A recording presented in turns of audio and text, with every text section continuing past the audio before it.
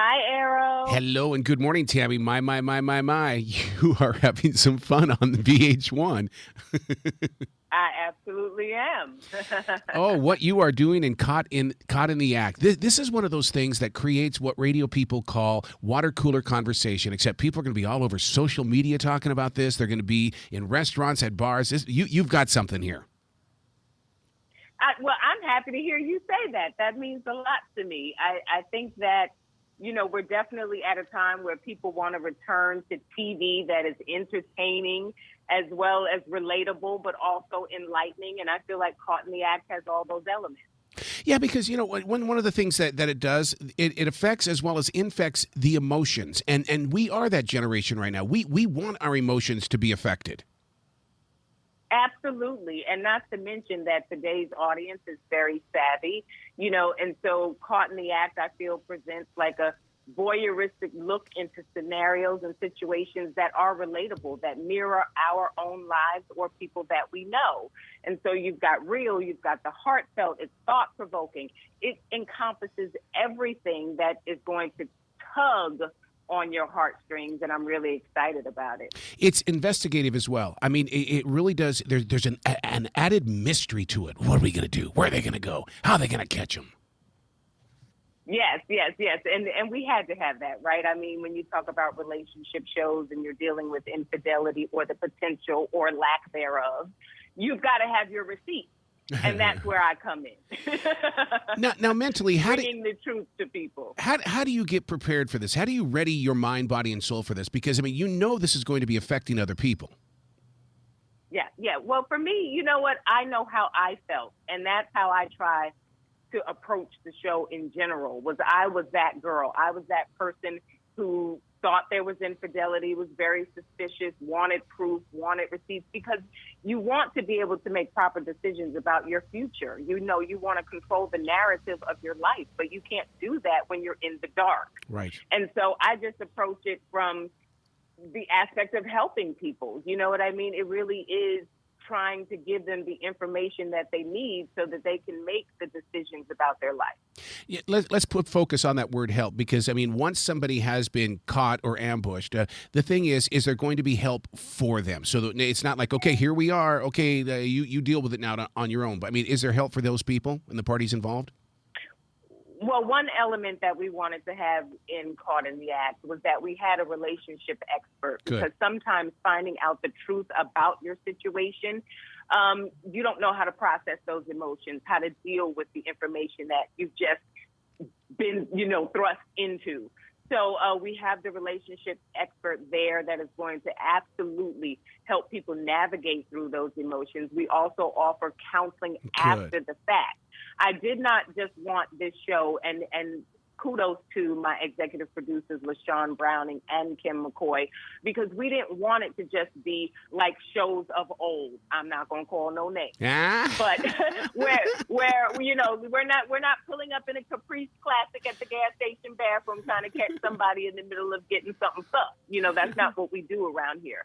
We really want to offer people proper, informative information, allow them the opportunity to process that information with an expert, and then should you need additional counseling in order to either move forward or move on with your life, we offer that as well behind the scenes. So I am so proud of Caught in the Act and what we've decided to put together. And there's another element that I love, which is the suspicious lover gets the opportunity to sit down with the person's other lover, and they can have an actual conversation. Oh, my goodness. Yes, not confrontation, but conversation. Can you imagine how liberating that is to be able to just compare notes? Like, what did he say to you? This is what he said to me. This is what I was thinking. This is what I was thinking. Because a lot of times we as women take it out on the other woman, but they're just as in the blind as we are. Right. So we have that element. We've got an element where we offer terminology so people understand when they're involved in toxic relationships. We tried to layer this thing so that we push it into the new millennium, but offering expertise, advice, and counsel, not just the drama of it all. But of course, we've got that too. Now, Yeah, you've got one of the most creative minds I've ever seen in my life. So let's turn on that creativity for a second. Is there someone Yes. in the family business that you would like to do this show on? In other words, if you could cross pollinate shows, don't you think this would also work on the family business? Because there's always not mystery and darkness there as well. Absolutely. I think, and quite honestly, London, what does she have going on?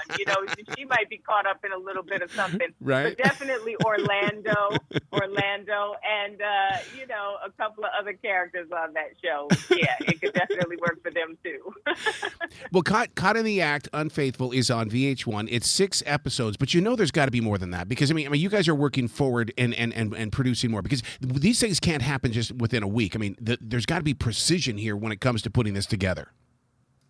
Well, we're hopeful. You know what I mean? We're hoping that the audience relates to it, loves it, wants to see more. I can't get into, the extras of it Right. all, but I am hopeful that this will be a show that lives on a la Catfish, which is on MTV, where there's just hundreds of thousands of episodes because there's always going to be somebody that's in a relationship that they're unsure about. So there's no shortage of people to be a part of the show. It's just us having the time to be able to help them all. Has something taken your breath away from you where you had to kind of just say, whoa, hold on. Just, I got to have a timeout. Quite honestly, the very first episode, and I don't know if you got a chance to look at, the first episode, but a young lady named Tracy came to me and she pulls out her sonogram with her twins. Oh. And she had complications with her pregnancy. And it was like, ooh, for me, because, my husband and I have suffered 3 miscarriages and it instantly took me back to that place. So I instantly related to her and wanted to help her find out what she needed to know as it pertained to her relationship. Oh, I love where your heart is on this, and I just cannot wait to watch you continue to grow on the digital streaming platform because you are everywhere and people love you. Please come back to this show anytime in the future. Please come back. Absolutely. Well, I love you. You be brilliant, okay? You too. Thanks a lot.